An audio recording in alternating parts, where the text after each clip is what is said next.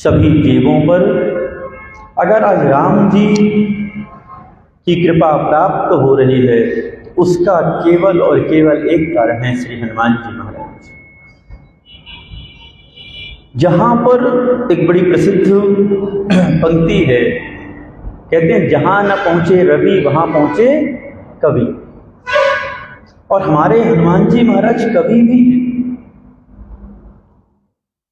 सबसे पहली रामायण हनुमान जी महाराज ने लिखी, हनुमान नाटक के नाम से, जो राम जी के सामने लिखी गई है। वाल्मीकि रामायण तो राम जी के पूर्व में लिख दी गई, पर हनुमान नाटक नाम से राम जी की सुंदर दृश्यों को हनुमान जी महाराज ने लिखा।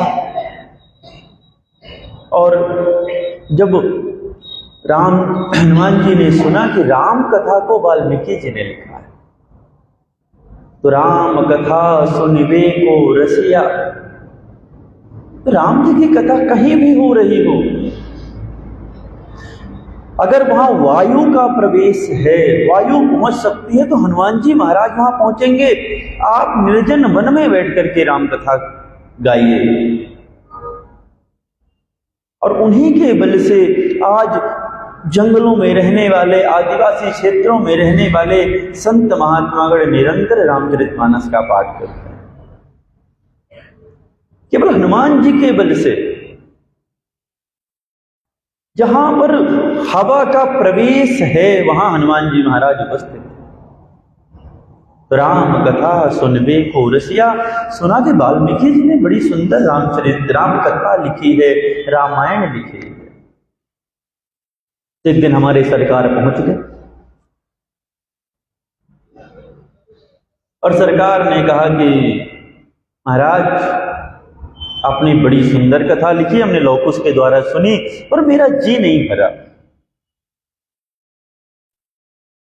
क्योंकि कथा तो किसी संत से ही श्रवण करनी चाहिए, कथा तो किसी विदूषक विद्वान व्यक्ति से ही सुनने का आनंद है। और आपने अगर लिखी है तो आप तो और अच्छे से सुना पाएंगे। इसलिए कृपा करके मुझे कथा सुनाए। तो आपको आवाज नहीं आ रही? माइक बंद कर दो आप।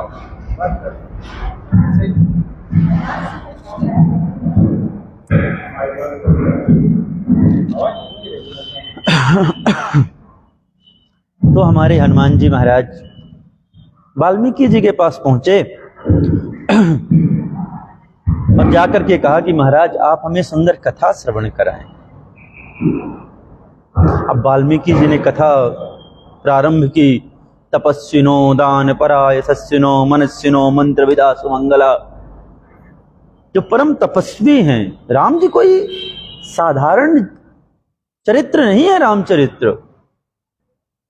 जो परम तपस्वी हैं, परम दानी हैं, और जिनका यश चारों ओर व्याप्त है। बड़ी सुंदर 24,000 श्लोकों की हमारे हनुमान जी महाराज ने 9 दिन तक बैठ करके कथा सुनी।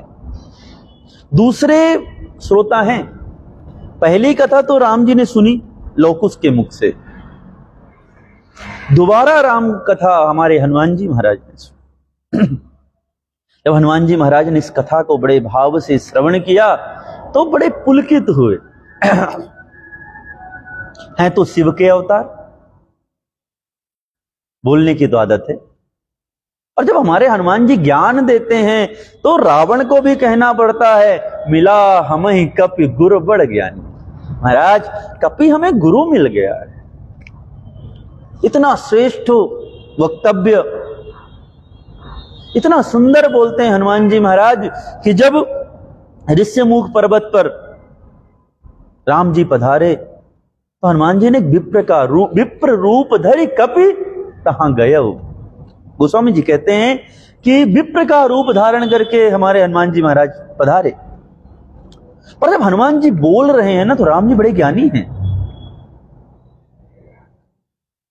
तो राम जी जब उन्हें सुन रहे हैं तो राम जी पलक नहीं झपका रहे और लक्ष्मण जी देख रहे हैं भैया ये तो बड़ा, क्योंकि राम जी के सामने तो बड़े बड़े ऋषि मुनि कथा गाते रहते हैं, राम जी कथा करते रहते हैं, पर ये पहली बार हो रहा है कि राम जी एक चित्त सुन रहे हैं। मतलब अगर पलक भी झपकाते हैं तो ऐसा लगता है कहीं विरोध में उत्पन्न हो जाए, तो पलक को भी एकदम ध्यानस्थ कर लिया, तुम नहीं झपकना। और हनुमान जी बोल रहे धारा प्रवाह, और इतना सुंदर बोल रहे हैं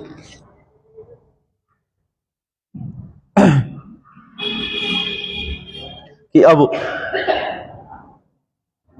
राम जी को लक्ष्मण जी से कहना पड़ा कि लक्ष्मण तुमने सुना, ये ब्राह्मण कितना सुंदर बोलता है, ऐसा लगता है कि इसने कई बार व्याकरण लगाई है, इसने कई बार वेदों का अध्ययन किया, एक बार नहीं, क्योंकि एक बार वेद अध्ययन करने से इतनी प्रखर वाणी नहीं आ सकती, इसने कई बार वेदों का अध्ययन किया है।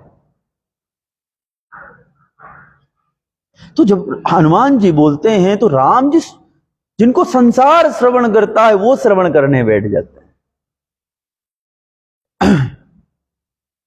तो अब वाल्मीकि जी से 9 दिन जब हनुमान जी महाराज ने कथा श्रवण की तो बोले मैं आपको क्या दक्षिणा प्रदान कर सकता, तो कथा सुनने के बाद दक्षिणा देने का हमारे यहां विधान, मैं आपको क्या दक्षिणा प्रदान करूं भगवान।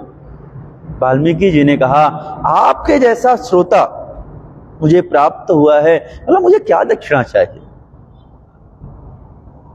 अरे भगवान मेरे सामने बैठकर स्वयं कथा सुन रहे हैं, अब इससे ज्यादा मेरे लिए कुछ नहीं हो सकता। हनुमान जी ने कहा नहीं, दक्षिणा तो मैं दूंगा, और आपने इतनी सुंदर कथा लिखी है इसलिए मैं भी आपको एक कथा ही भेंट करता हूं। ये छोटी सी कथा मैंने भी लिखी है और वह वाल्मीकि जी को दी। वाल्मीकि जी ने जैसे ही वो पत्थरों में लिखी थी, हनुमान जी महाराज अपने ना खून से पत्थर पर एकांत में जब जाके बैठते तो उसमें श्लोक लिखते राम कथा के, सभी पत्थरों का आवाहन किया तो सभी पत्थर प्रकट हुए और उन पत्थरों को दिखाया। भैया वाल्मीकि जी तो नर्वस हो गए, क्योंकि वाल्मीकि जी को लगता था कि मैंने ही राम जी की संपूर्ण कथा लिखी है, इससे सुंदर कथा कोई दूसरा नहीं कह सकता, और वो सत्य भी है, कोई मनुष्य दूसरी वैसी कथा नहीं कह सकता है। पर हमारे हनुमान जी मनुष्य थोड़ी।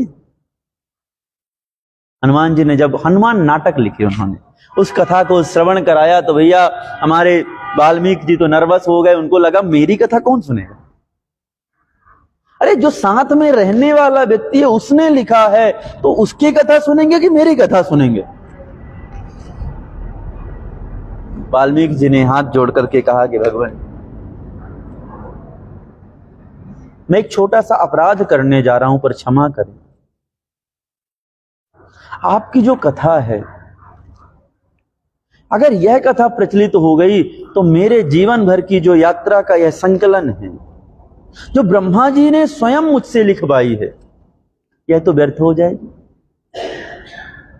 और आप तो अजर अमर हैं, आप स्वयं सदैव विद्यमान हैं, आपकी कथा नहीं भी कोई जानेगा तो कोई दुष्परिणाम थोड़ी।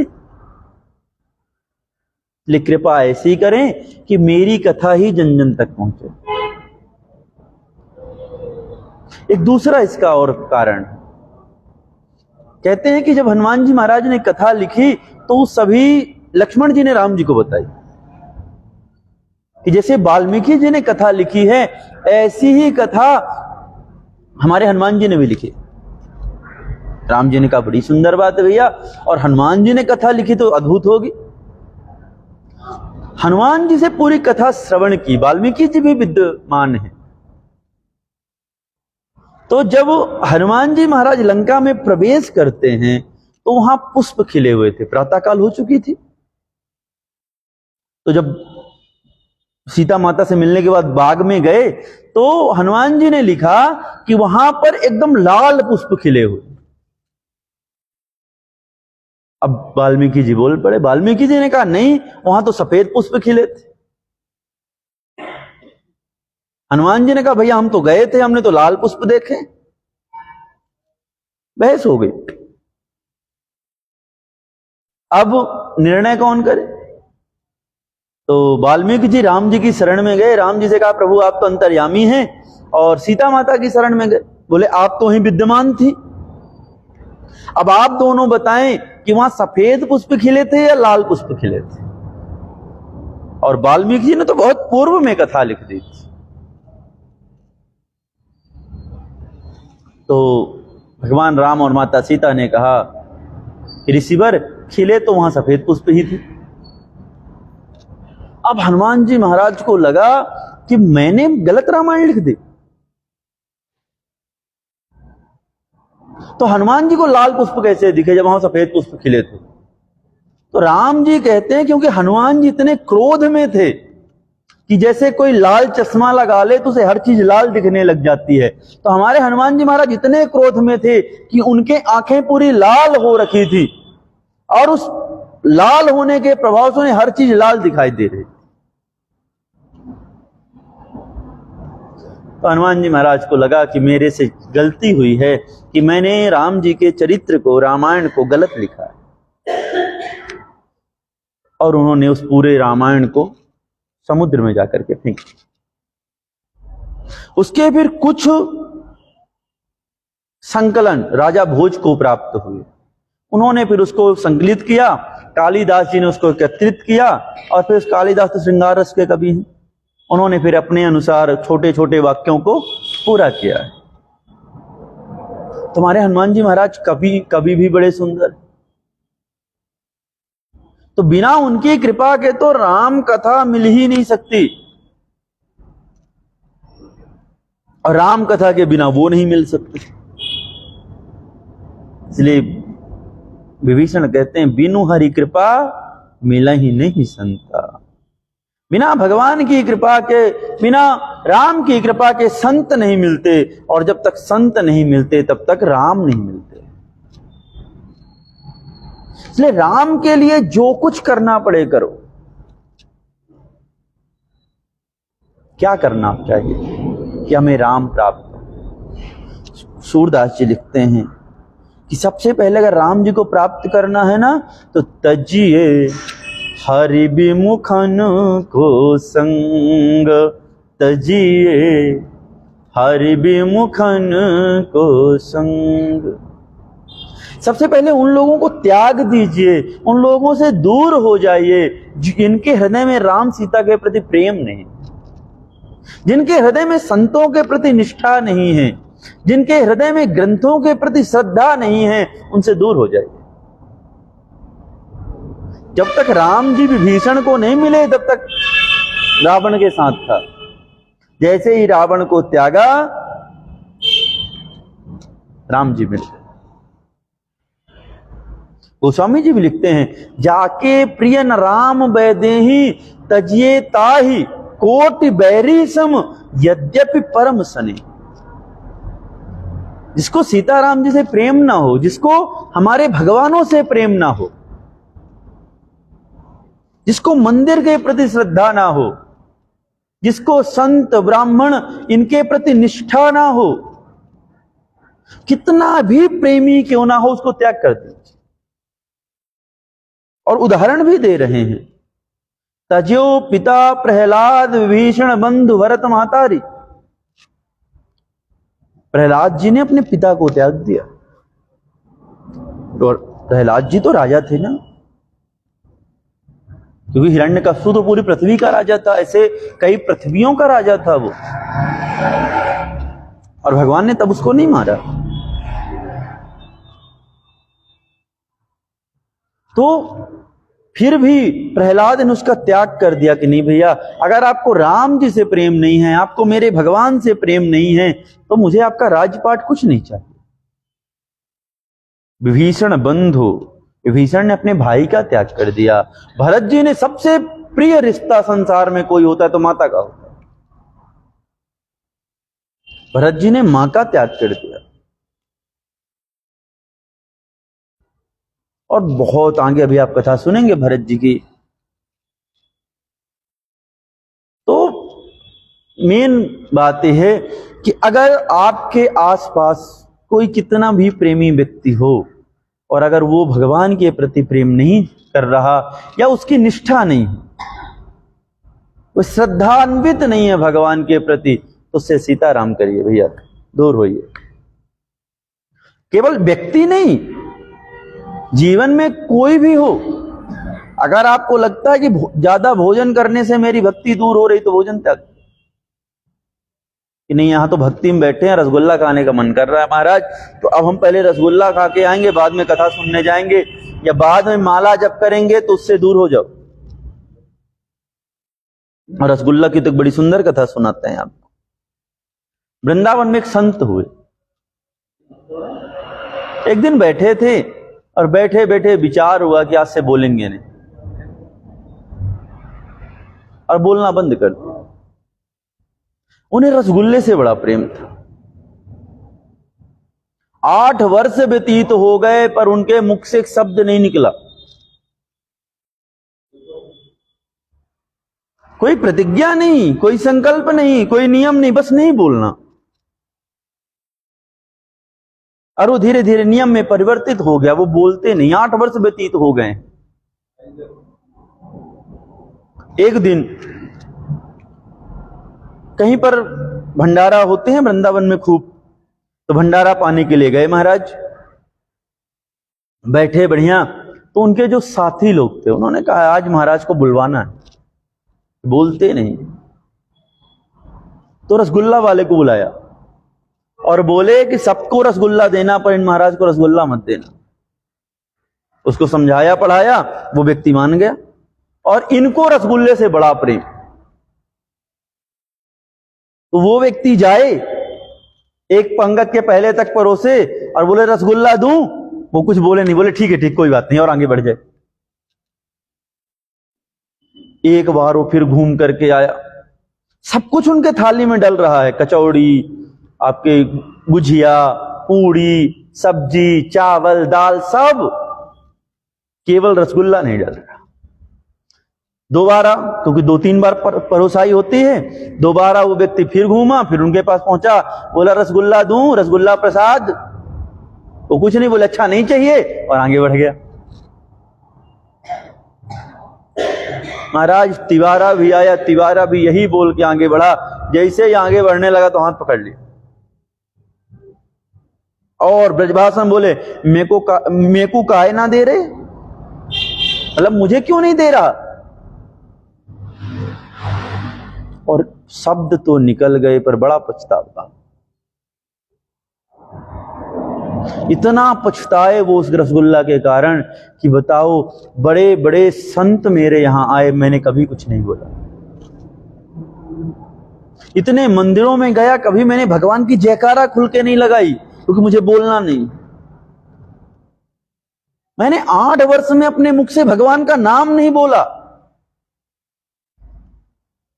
किंतु इस रसगुल्ले ने बुलवा लिया। महाराज आज के बाद रसगुल्ला नहीं खाओ। बोलने का तो नियम टूट गया, बोलने तो लगे, पर जीवन में उन्होंने रसगुल्ला नहीं खाया। तो अगर कोई भी वस्तु, कोई भी व्यक्ति, कोई भी स्थान हमारे जीवन में अगर वह भगवान से दूरी करा रहा है, हमारे नियमों को तोड़वा रहा है, तो उसको राम राम बोलिए। और रसगुल्ला की बात चलिए तो भगवान राम के विवाह में चलते हैं, क्योंकि वहां तो भैया पूरे बाराती रसगुल्ला ही रसगुल्ला खाए रहे। गोधूली का सुंदर समय है, अगहन शुक्ल पक्ष पंचमी, सायंकालीन का समय, और हमारे राम जी विवाह मंडप के पास हैं। सभी साधु संत ऋषि मुनि, देखिए सब में अंतर होता है। हालांकि श्रृंगार रस की कथा है तो यहां थोड़ा बिगाड़ेंगे नहीं, पर किसी दिन आप याद दिलाइएगा तो बताएंगे कि साधु संत ऋषि मुनियों में क्या अंतर होता है, सब अलग अलग हैं। तो सभी राम जी के विवाह देखने के लिए उपस्थित हैं। स्वर्ग से देवता उपस्थित हैं, चंद्रमा पूरी किरणों के साथ आज उपस्थित है, तारा ऐसे लग रहे हैं कि बहुत करीब आ गए हैं, और सूर्य भी नहीं जा रहे। तो सूर्य की भी रोशनी है, चंद्रमा भी बाहर निकल चुका है, सुंदर दिव्य वातावरण बना हुआ है। आज पशु पक्षी भी वृक्षों में लौट करके नहीं गए, सब आकाश मार्ग में ही उड़ रहे हैं कि आज हम भी अपने इन आंखों से राम जी का विवाह देखेंगे, सीता जी का विवाह देखेंगे। असंख्य निशान पनव बहुबाजे, मंगल कलश सगुन शुभ साजे। जो महिलाएं हैं उन्होंने बड़े सुंदर सुंदर कलशों को सजाया है। जो सीता जी की बुआ हैं वह सुंदर कलश को सजा करके अपने मस्तक पर धारण किया है। और जो वहां सखियां हैं सीता जी की, उनकी मां की जो सखियां हैं वह सभी बैठ करके और सुंदर गीत गा रहे हैं।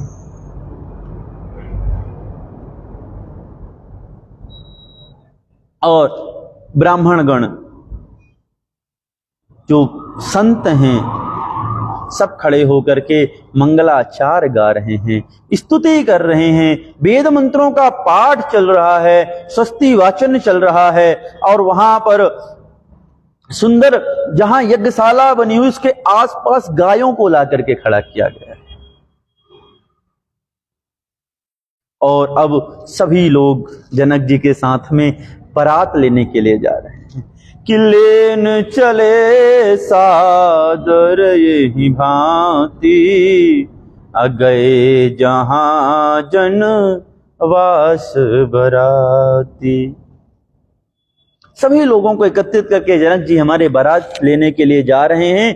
और वहां दशरथ जी पहले से तैयार होकर के बैठे हैं कि कब बुलावा आ जाए, कब जाना पड़े, एक क्षण भी देर नहीं होनी चाहिए। पूरे बाराती पहले से बढ़िया डाल दुपट्टा लगा, बगलबंदी और लगा कांच, बढ़िया गले में पुष्पों का माला, तुलसी की माला सुंदर डाल करके और बांध के बढ़िया अपना मुरैठा और बैठे हुए हैं ऐसा कि भैया आज यही सब कुछ है। और बारात में तो होता ही है, हर बाराती अपने आप में राजा होता है। और मित्र की शादी है तो जो मित्रगण हैं वो तो और प्रफुल्लित हैं। और गुरु ही पूछ करी कुल विधि राजा। जब जनक जी लेने के लिए पहुंच गए हैं तो अपने गुरु से पूछ करके, और दशरथ जी ने सभी साधु समाज को बुलाया। अब दो तरफ साधु समाज है, एक तरफ वशिष्ठ जी हैं जिनका अपना साधु मंडल है, एक तरफ सतानंद हैं गौतम जी के पुत्र, अहिल्या माता के जो पुत्र हैं उनका अपना साधु मंडल है, वो जनक जी के कुल गुरु हैं। तो दोनों लोग साधु समाज एकत्रित हुआ है। अभाग्य विभव अवधेश कर देखी देव ब्रह्मादि, अलगे सराहन सहस मुख जानि जन्म निज बादि। आज तो दशरथ जी का भाग्य देखकर महाराज ब्रह्मा जी भी 4 मुख से नहीं 1000 मुख से वर्णन कर रहे हैं, स्तुति कर रहे हैं, बड़ाई कर रहे हैं कि धन्य हैं दशरथ जिनके यहां स्वयं जगदीश्वर ने पुत्र के रूप में अवतार ग्रहण किया और इतना सुख प्रदान कर। असुरन सुमंगल अवसर जाना, बरसहि सुमन बजाई निशाना। बारात जब चली तो आजकल डीजे बजते, ठीक, तब डीजे की व्यवस्था तो थी नहीं। तो क्या हो रहा था, तो कहते हैं कि देवताओं ने जाना कि भैया अब बारात चली है जनवासे से मंडप की ओर, तो देवताओं ने आकाश से पुष्प वर्षा की है। और जो जो नगाड़े, शंख, डमरू, पद्म, जो कुछ बजाने का था, बीड़ा, सब देवता बजा रहे हैं। और देवता आकाश में बारात की ओर चलते जा रहे हैं। शिव ब्रह्मांड विबुध बारू था, चढ़े विमान ही नाना जू था। हमारे भगवान शिव भी बारात में सम्मिलित हैं। तो शिव जी के साथ में कौन है? अकेले शिव जी बारात में थोड़े आए हैं। शिव जी के साथ में उनके जो भूत प्रेत आदि हैं सब बारात में चल रहे हैं। नाना वाहन नाना वेशा, और भूतों के तो अलग तरह के वाहन भैया, को मुखहीन विपुल मुख काहू, किसी के एक मुख है, किसी के 1000 मुख, कोई बिल्कुल दुबला पतला, तो कोई ऐसा लग रहा है कि भैया 20-25 लोग एक व्यक्ति में समा गए हों। और भगवान शिव की बारात चल रही है। भगवान शिव आकाश मार्ग से चल रहे हैं, नंदी में विराजमान है। नीचे राम जी की बारात, ऊपर शिव जी की बारात। ऐसा लग रहा है कि शिव जी भी विवाह करने जा रहे हैं, इतना सुंदर श्रृंगार किया शिव जी ने। प्रेम पुलक तन हृदय उछाहु, चले विलोकन राम ब्याहु। शिव जी बड़े प्रसन्न हैं, देवताओं को साथ में ले रखा है। ब्रह्मा जी बिल्कुल बगल में अपने हंस से धीरे धीरे उड़ रहे हैं और हमारे राम जी का विवाह देखने के लिए सभी चल पड़े। और नगर नारी नर रूप निधाना, सुघर सुधर्म सुशील सुजाना। पूरा गांव एकत्रित हुआ। ये बड़ा मुश्किल होता है कि किसी का ब्याह हो और कोई दुश्मन ना हो, और महाराज राम जी का भला कौन दुश्मन हो सकता है। और ऐसा अवसर देखने के लिए तो रावण भी उपस्थित है। किसके साथ में? शिव जी के। नीचे से तो चला गया है, धनुष नहीं तोड़ा तो, पर शिव जी के साथ में विवाह देखने रावण आया है, क्योंकि परम भक्त है भगवान शिव का। तो भगवान शिव चल रहे हैं और यहां ऐसा दृश्य लग रहा है कि जैसे सूर्य के आगे आगे हनुमान जी चलते हुए शिक्षा ग्रहण करते हैं, पर यहां जब भगवान शिव चल रहे हैं तो आगे आगे रावण चल रहा है। और रावण तो अति विद्वान, तो वो उल्टा होकर चल रहा है महाराज, और ऐसे सुंदर सुंदर श्लोकों का गायन कर रहा है रावण कि सभी देवता रावण की ओर देख रहे हैं। भगवान शंकर ने रावण से कहा, भैया रुक, अभी राम जी का ब्याह देखने आए, तेरी बात में सुनेंगे। यस्याग्रे द्राट द्राट द्रुट द्रुटमबलम टम टम टम टम टम डम सम डम सम डुडम सम डुहि डुहि चकितम भूपकम भूयनालम तैलम तैलम तैलम खु खु खु खम खम खम खम खम खम ध्यायन्ते विप्रगान्ते चंद्रचूड़म नमामि। ऐसे सुंदर श्लोकों का रावण गायन करता है, और जब वो 10 मुख से गायन करता है तो 10 दिशाएं व्याप्त तो हो जाती हैं। और महाराज हमारे अब धीरे धीरे बारात जनवास की ओर पहुंच रही है। शिव समझाए देव सब, जनि आचरज भुलाहु, हृदय विचारहु धीर धरि, श्री रघुवीर बियाहु। राम जी ने, भगवान शंकर ने सभी देवताओं को समझाया, रावण को भी समझाया कि भैया अब धीरज रखो, अब राम जी का ब्याह देखेंगे अपन, ठीक है। और इन्हें कोई साधारण विवाह समझ करके मत देखना, यह स्वयं जगदीश्वर ने अवतार लिया है और वह विवाह करने जा रहे हैं। क्योंकि इस विवाह की जो मुख्य धारा है, इससे तो 2 लोगों ने ही जोड़ा ना संसार को, भगवान शिव ने और राम जी ने। विवाह को मुख्य धारा पर आज जो विवाह की प्रथा, ये 2 के कारण ही है, शिव जी और राम जी के कारण। और इधर जिनकर नाम ले तो जग माही, सकल अमंगल मूल नसाही। जिनका नाम लेने से अमंगलों का नाश हो जाए, मंगल भवन अमंगल हारी। वह दशरथ जी के पुत्र भगवान श्री राम अब वह भी अपनी कक्ष से बाहर निकले हैं। अब पुनि राम ही बिलोक ही हर से। अब जैसे ही राम जी अपने कक्ष से बाहर निकले महाराज, तो सभी जनकपुर वासियों ने, ऊपर से देवताओं ने, भगवान शिव ने, यक्ष गंधर्व नाग किन्नर सब उस विवाह में उपस्थित हैं। सभी उस विवाह को देख करके और राम जी को देख करके एकदम प्रफुल्लित हो गए। नपहि सराहहि सुमन तिन बरसे। दोनों राजाओं के ऊपर पुष्प वृष्टि कर रहे हैं कि धन्य है इनके भाग, एक के घर में जगदम्बा अवतरी है तो एक के घर में जगदीश्वर अवतरे। राम जी का सुंदर रूप देख के सभी मान लो बेहवल हो गए। एक क्षण के लिए तो सबको ऐसा लग रहा है कि बस हमारे बगल में राम खड़े हैं, हमारे सामने राम खड़े हैं। राम जी दिख कैसे रहे हैं? तो गोस्वामी जी कहते हैं कि की कंठ दुति श्यामल अंगा, तड़ित विनिंदक बसन सुरंगा।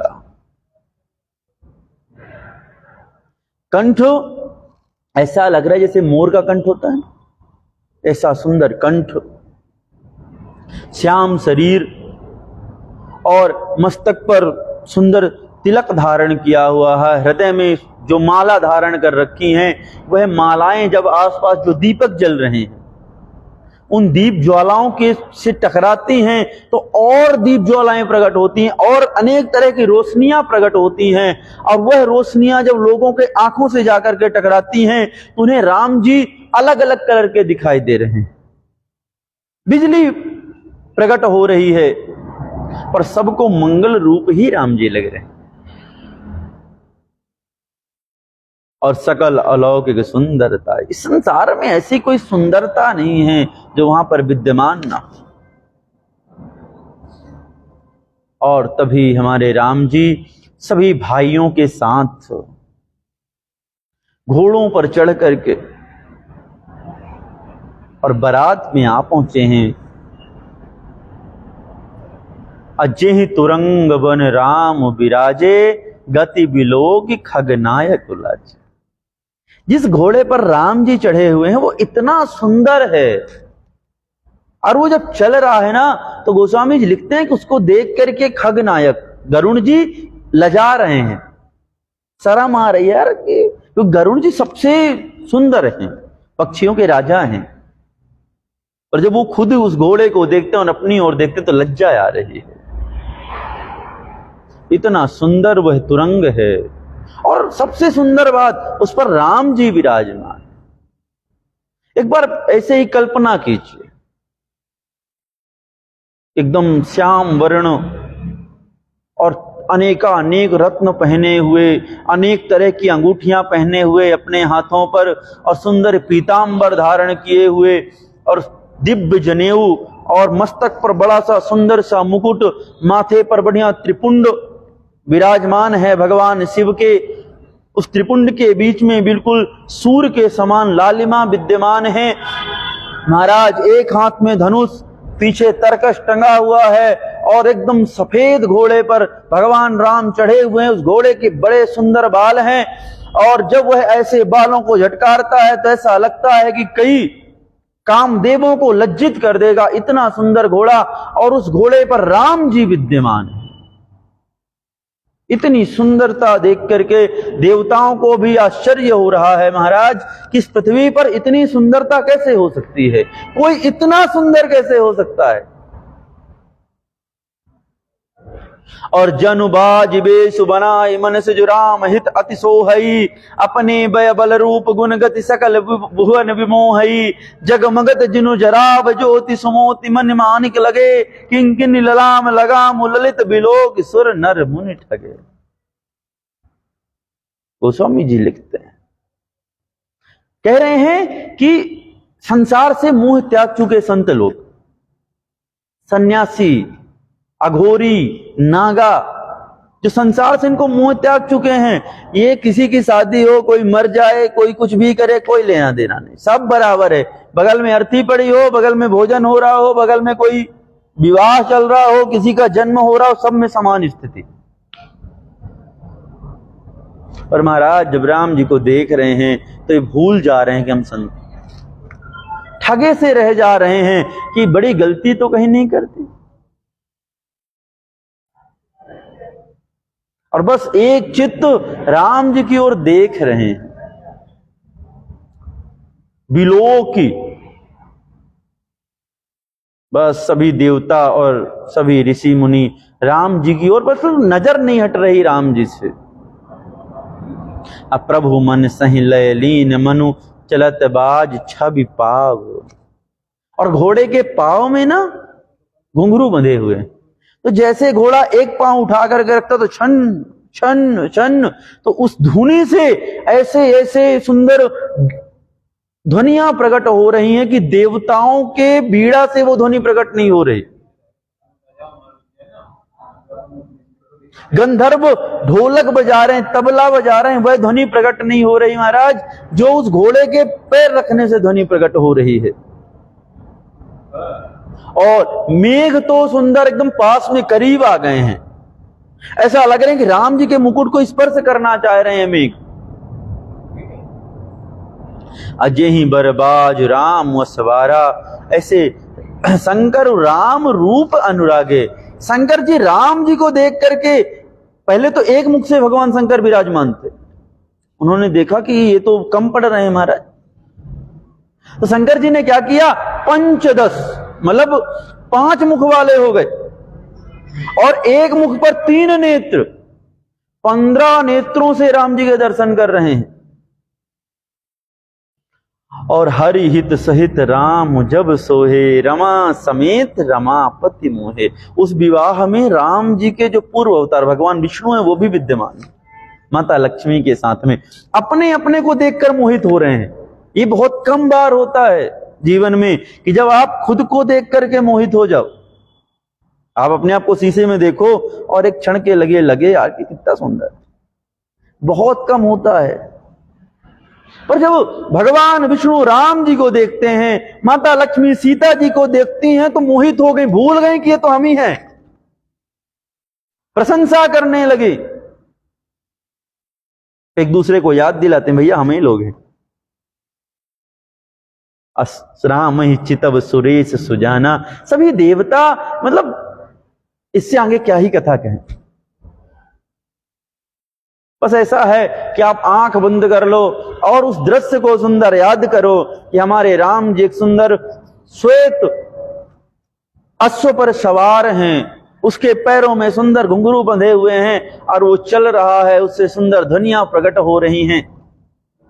नीलांबुजस्यामल कोमलांगम, पूरा शरीर जिनका सुकोमल है, सुंदर पीतांबर धारण किए हुए, एक बड़ा सा सुंदर मुकुट धारण किए हुए राम जी, धनुष बाण हाथ में लेकर के और नाना तरह के रत्न धारण किए हुए उसमें विराजमान हैं। सभी देवता पुष्प वृष्टि कर रहे हैं।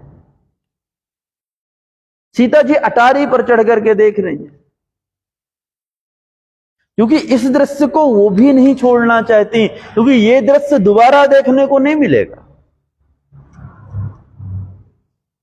सभी सखियां सीता जी के साथ में राम जी को देख करके मोहित हो रही हैं। अको जान के ही आनंद बस सब ब्रह्म पर परिछन चले। अब जो बुआ हैं परिछन लेते हैं ना, उनसे रहा नहीं जा रहा, राम जी का बस द्वार देख रहे कैसे राम जी आ रहे, उनका परिछन ले लें। और जैसे ही राम जी पहुंचे तो जो सुख भाष्य मातुमन देख राम बरवेसु, सो न सकहीं कही कलप सत साहस सारदा से। सबसे पहले जैसे ही राम जी बिल्कुल द्वार पर पहुंचे तो किसने दर्शन किए हैं? कौन दर्शन करता है? दुल्हन की मां।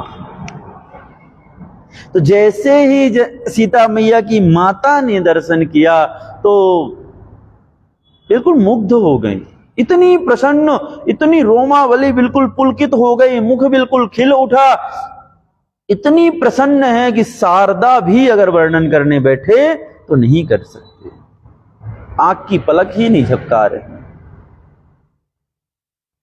बगल से सखी ने कहा कि काफी देर हो गए हैं, तो फिर उन्होंने परिछन लिया।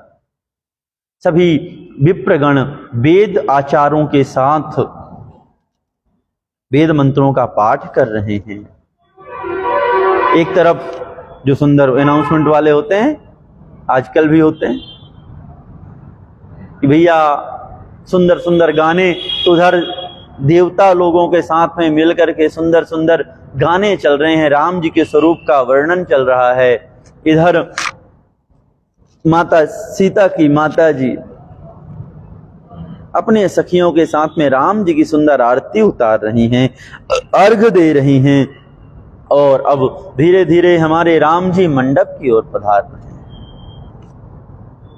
मंडप की ओर जैसे ही राम जी पधारे तो सबसे पहले दृष्टि राम जी की दशरथ जी पर पड़ी, और राम जी ने दशरथ जी की ओर देखा, दशरथ जी ने राम जी की ओर देखा। इतना सुंदर दृश्य बना है कि लोकपति देवता को ला जा रहे, अपने देव होने पर धिक्कार कर रहे हैं कि दशरथ के पुण्य देखो। इसलिए माता पिता ताके रहते हैं, भैया कब हमारे बेटे का बेटी का ब्याह हो। दशरथ के पुण्य की सराहना कर रहे हैं कि जय हो, जय हो दशरथ के, धन्य हैं तुम, और जो तुमने पुण्य किए हैं तुम्हें राम पुत्र के रूप में प्राप्त हुआ और तुम्हें यह शुभ अवसर देखने को मिला। और पुष्प वर्षा दशरथ जी पर हो रही है। इधर जैसा समय होता है वैसे देवता मंत्र पढ़ते हैं, जैसे ब्राह्मण मंत्र पढ़ने लगते हैं। नभ अरु नगर कोलाहल होई, आकाश मार्ग में भी उतना ही कोलाहल है जितना नगर में है। आपन कहना सब चाह रहे हैं, सुनना कोई किसी की नहीं चाह रहा। सब एक दूसरे से कह रहे हैं, ये देखो देखो राम जी की वो तिलक कितना सुंदर लग रहा है।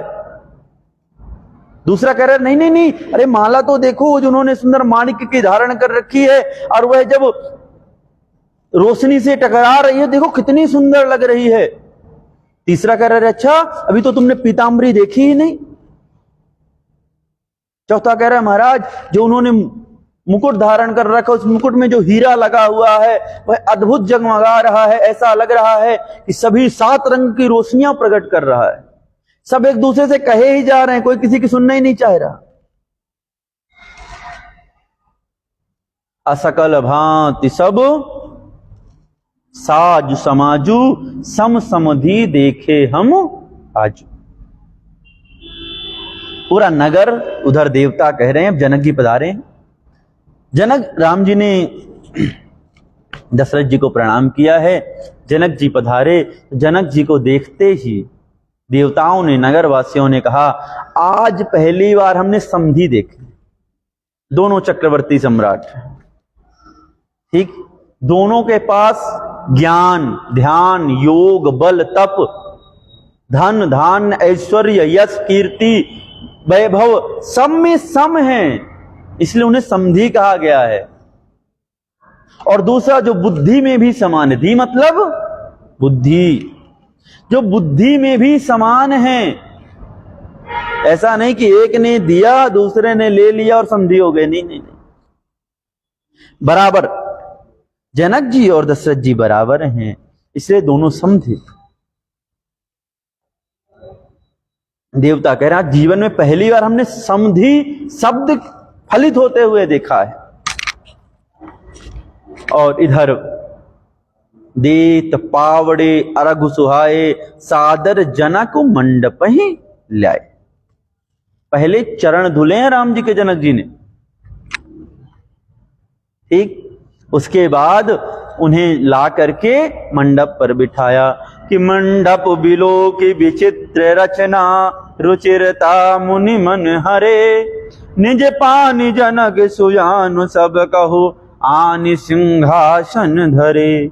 अकुल इष्ट सरिस वशिष्ठ पूजे, विनय कर आशीष लही, कौशिक ही पूजत परम प्रीति की, रीति तो न परे कही। मंडप को देख करके ऋषि मुनि भी आश्चर्य से भर गए, इतना सुंदर, और उस पे राम जी विद्यमान हैं। वशिष्ठ जी के पुत्र हैं वामदेव, वो विवाह कराने के लिए मंडप में प्रवेश किया है। तो राम जी ने उन्हें प्रणाम किया, उन्हें सुंदर आसन पर बैठाया गया है।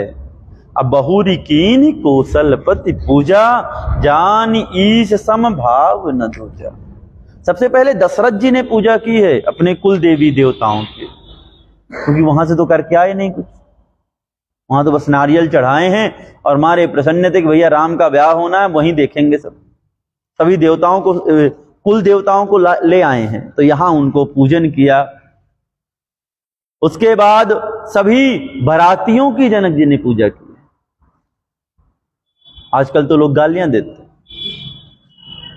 ये बफर डाल दिया, लो भैया हमने अपना काम कर दिया, तुमको खाने को दे दिया है, अब तुम खाओ।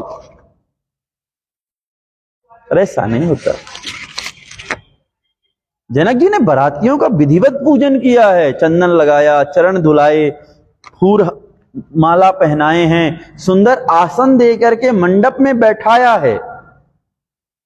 आजकल तो लोग बारात में नाचने और जीमने जाते हैं, उसके बाद बारात क्या कर रही है, कब शादी, कब क्या, फोटो खिंचाई और राम राम। और ऐसा थोड़ी ब्याह होता है। सभी को सुंदर बैठाया है,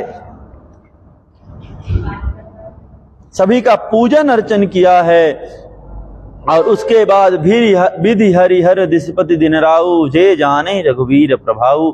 देवता भी मनुष्यों का रूप धारण करके आ गए हैं और उन्होंने भी इस कौतुक को देखा, बड़े प्रसन्न हुए। पूजे जनक देव सब जाने। जनक जी तो जानते हैं कौन देव है कौन क्या है, और असुर भी आए हैं, पर जनक जी ने असुरों का पूजन नहीं किया, देवताओं का पूजन किया, उन्हें सुंदर आसन प्रदान किया, और जो जिस योग्य था 4 तरह के आसन लगाए हैं, और सबको उनके उनके हैसियत के अनुसार, कौन कितना योग्य है उसके अनुसार उसको आसन प्रदान किया है। राम चंद्र मुख चंद्र छवि, लोचन चारु चकोर, अकरत पान सादर सकल, प्रेम प्रमोद न थोर। रामचंद्र जी की ओर देख करके चंद्रमा भी लज्जित हो रहा है। जैसे चंद्रमा सागर में दिखता है, तो अगर कोई जानकार ना हो कि क्या आकाश में भी चंद्रमा होता है, तो यही सोचेगा कि जल के अंदर चंद्रमा है। उसी तरह चंद्रमा भी आज विचार कर रहा है कि मैं कहां हूं, मुझे भी इतना सुंदर होना था। असमय बिलोक वशिष्ठ बुलाए। जब विवाह का समय हो गया, वशिष्ठ जी आए हैं, सतानंदु आए हैं, अब बेग कुंवर, अब माता सीता को बुलाया गया है।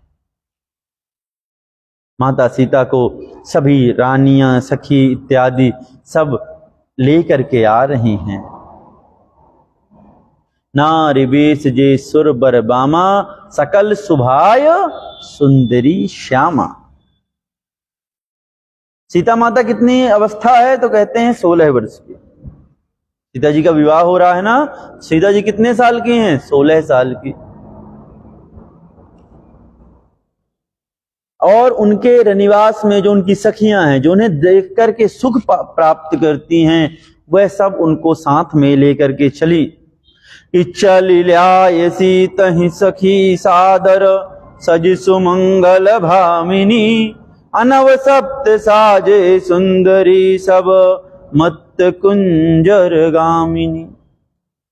सभी ने सीता माता को इतना सुंदर सजाया है, सुंदर 16 श्रृंगार किए हैं, और एक एक श्रृंगार पर जो देवियां हैं देख करके लज्जित हो रही हैं कि हमने भी वही श्रृंगार धारण कर रखा है, पर हम सीता के सामने 1% भी नहीं लग रहे।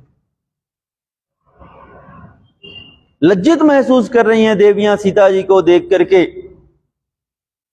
यहां तक कि जो रति है, कामदेव की पत्नी, सबसे सुंदर है, पर वह भी अपने आप को लज्जित महसूस कर रही है। असिय सुंदरता बरन न जाई, लघुमति बहुत मनोहर ताई। सीता जी तो इतनी सुंदर लग रही हैं कि गोस्वामी जी ने हाथ जोड़ लिया, भैया हमसे तो सुंदरता का वर्णन न होगा। सीता जी इतनी सुंदर हैं कि हम वर्णन कर ही नहीं सकते।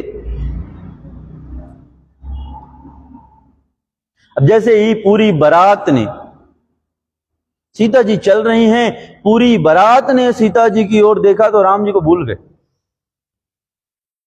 अभी तक जो राम जी के ऊपर पूरा देवताओं से लेकर के सभी लट्टू थे, नजर भी नहीं, आंख नहीं फड़कने देना चाहते थे कि कहीं चूक ना जाएं। जैसे ही सीता जी आई, सबकी आंखें मुड़ गईं। सोचिए सीता जी कितने सुंदर होंगे, और राम जी स्वयं देखने लग गए। और सब ही मन कीन्ह प्रणामा, देख ही राम भय पूर्ण कामा। सभी ने सीता जी को प्रणाम किया है मन ही मन, और सीता जी ने राम जी को मन ही मन प्रणाम किया। अब दशरथ जी अपने चारों वधुओं को और अपने चारों पुत्रों को देख करके, एक तरफ चारों पुत्र बैठे हुए हैं, एक तरफ चारों बहुएं आ रही हैं सीता जी के साथ में, उर्मिला, श्रुत कीर्ति और मांडवी। और दशरथ जी परम प्रसन्न हैं। अते ही अवसर कर विधि व्यवहारू, दुह कुल गुर सब कीन अचारू। सीता जी मंडप पर पधारी तो दोनों तरफ के गुरुओं ने मिलकर के बढ़िया सुंदर पूजे ही प्रथम गणपति ही, पहले गणेश जी का पूजन किया, माता गौरी का पूजन किया और उसके बाद मधुपर्क मंगल द्रव्य इत्यादि करके और विवाह प्रारंभ किया।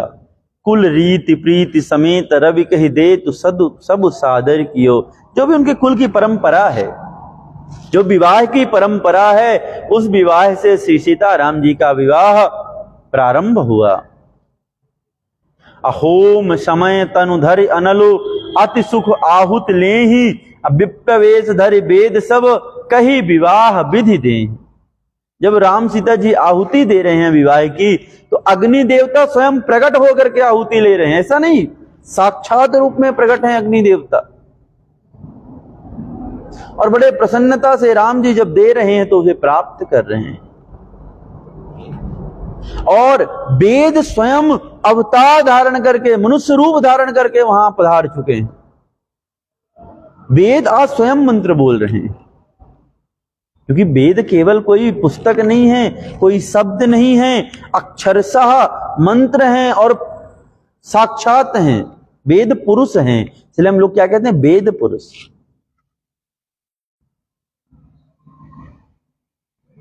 और सभी ने सुंदर सीताराम जी के विवाह का होते हुए दर्शन किया।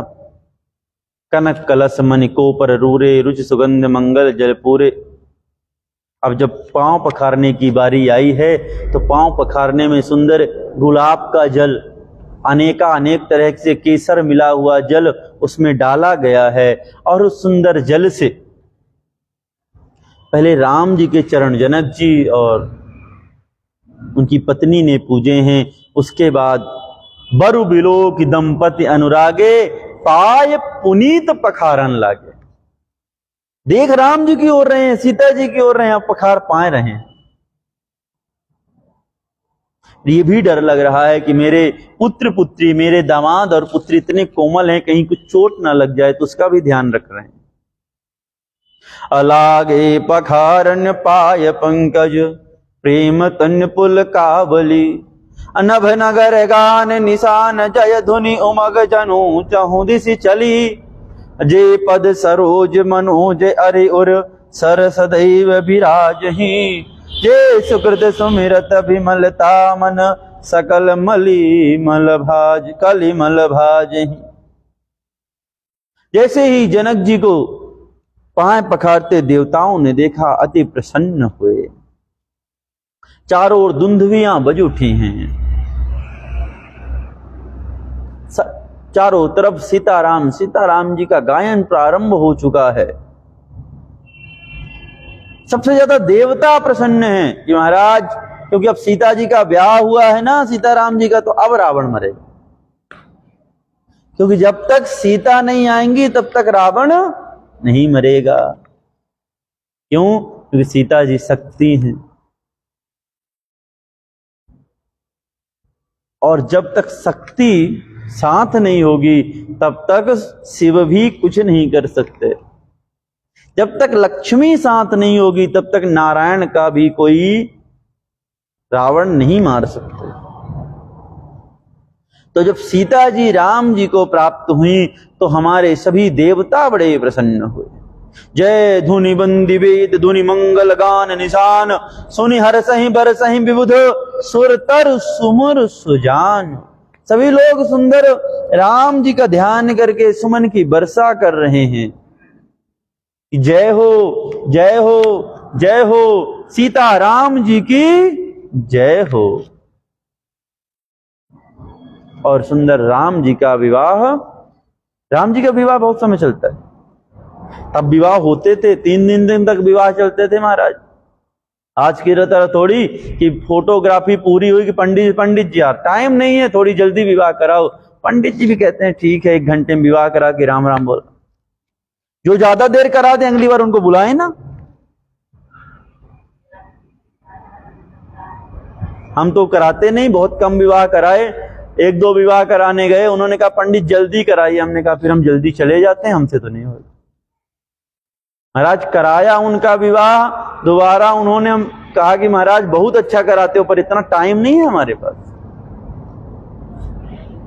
इसलिए आज का समय जो है वह बहुत नियम पूर्वक भी है, जो ब्राह्मण काम करता है उसको पूछते ही नहीं, नहीं पंडित जी बहुत टाइम लेते हैं, वो तो पंडित जी चाहिए कि भैया गंगणपतये नमः, लो प्रसाद और चलो। तो वो वाली स्थिति आ गई है। हाँ, अगर आप सत्यनारायण भगवान की कथा 3 घंटे सुना दो, अगली बार पंडित जी बदल जाएंगे। ठीक, तो वास्तव में विवाह बड़ी अद्भुत प्रक्रिया है।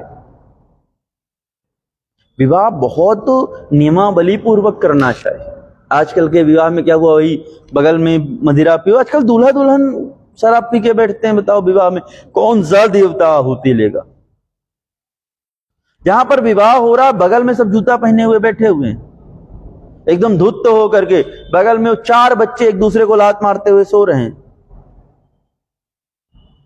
अब वो एक दूसरे से 2-4 माताएं आजकल तो विवाह में बैठती हैं, ज्यादा तो होती नहीं, वो भी एक दूसरे से जी पंडित जी बहुत टाइम लगा रहे, जी अभी सुबह निकलनो तो पंडित जी थोड़ा बगल से, पंडित जी थोड़ा जल्दी करो ना। और पंडित जी ने अगर कह दिया अभी 1 घंटा और लगेंगे तो पंडित जी को ऐसे देखती कि खा जाए पंडित जी को ये लोग, जैसे पंडित जी ने कर्जा ले रखे हुए महाराज। तो विवाह की प्रक्रिया पूरी बिगड़ चुकी है। एक तो रात्रि में विवाह की प्रक्रिया ही नहीं है। देखिए विवाह में क्या होता है, यज्ञ दिन को होता है।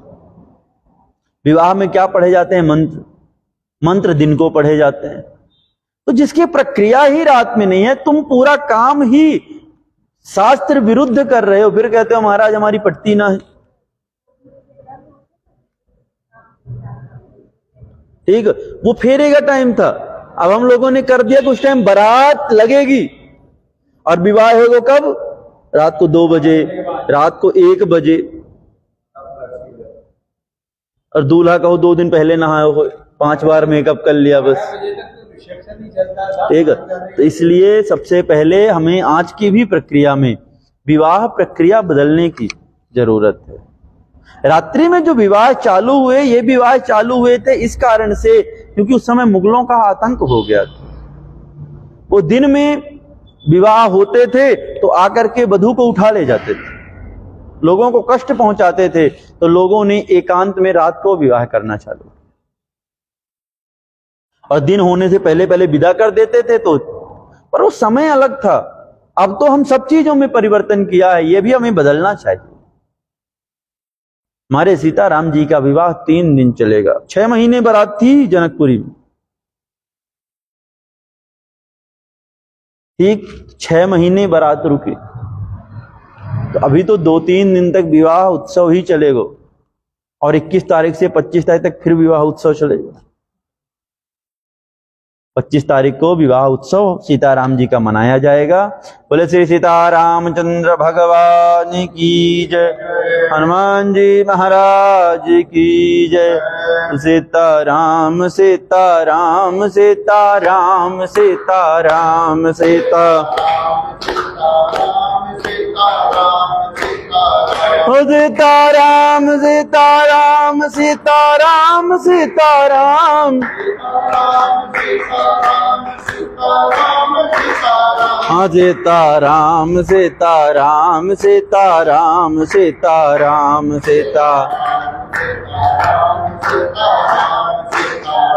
सीताराम सीताराम सीताराम सीताराम सीता, सीताराम सीताराम सीताराम सीताराम, हाँ सीताराम सीताराम सीता, राम सीता राम। बोले राजा रामचंद्र भगवान की, सीता मैया की जय। हनुमान जी महाराज